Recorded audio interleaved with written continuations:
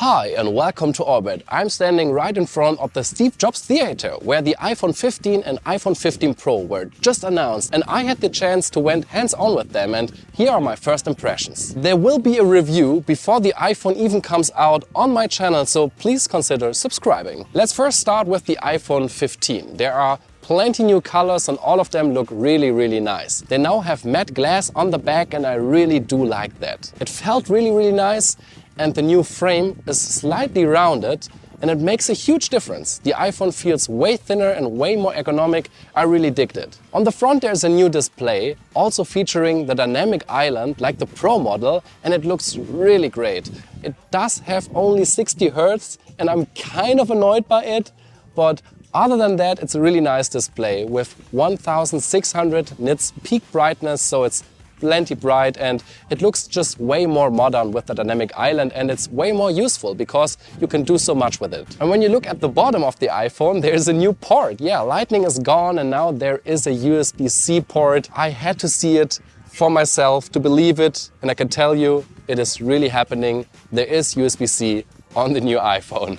And I love it. On the inside there's the A16 processor, which was last year on the iPhone 14 Pro, but it's much faster, more efficient than the A15 that was used previously. And then there's a new camera sensor. It has 48 megapixels, but it's not the same used on the Pro model. It's a little bit smaller and photos are by default taken in 24 megapixel. There's also now a 2x crop, and so there is a 2x tele kind of. And the portrait mode can now be applied after you have taken the picture, which is really great and already a feature on the Google Pixel, which I use all the time. In Europe the prices actually went down. It's 949 euros for the small one and 1,100 euros for the big one, so 100 euros cheaper. And then there's the iPhone 15 Pro, and it has a titanium frame which is also rounded, and it feels very much thinner and also lighter because it is lighter. It's the lightest iPhone Pro model ever, and I could really feel it.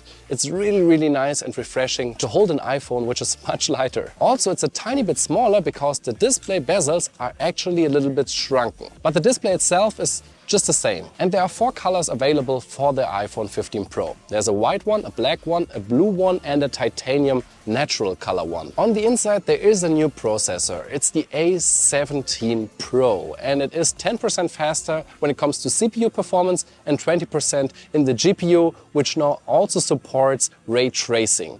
Apple made a huge deal out of it, and the graphics on the mobile games they showed, it really showed because it looked really impressive to me as well, but I have to review it myself to really believe it and also test out how it really impacts the day-to-day use. The mute switch on the side is now gone, and there's now an action button, and you can pretty much do with it whatever you like. On standard, when you press and hold it, it activates the silencer. But you can also open the camera or the flash with it, or a Siri shortcut, so pretty much everything is possible. And it felt great to click it, and I'm looking forward to quickly starting the camera. And the USB-C port on the iPhone 15 Pro is also faster than the regular one. It supports USB 3.0 speeds. The camera system on the regular iPhone 15 Pro is the same as last year. So a 12 megapixel ultra wide, 48 megapixel main, and then there's a 12 megapixel 3x zoom. But the Pro Max version now has a 5x lossless zoom with a 2.8 aperture, 12 megapixel, and it's also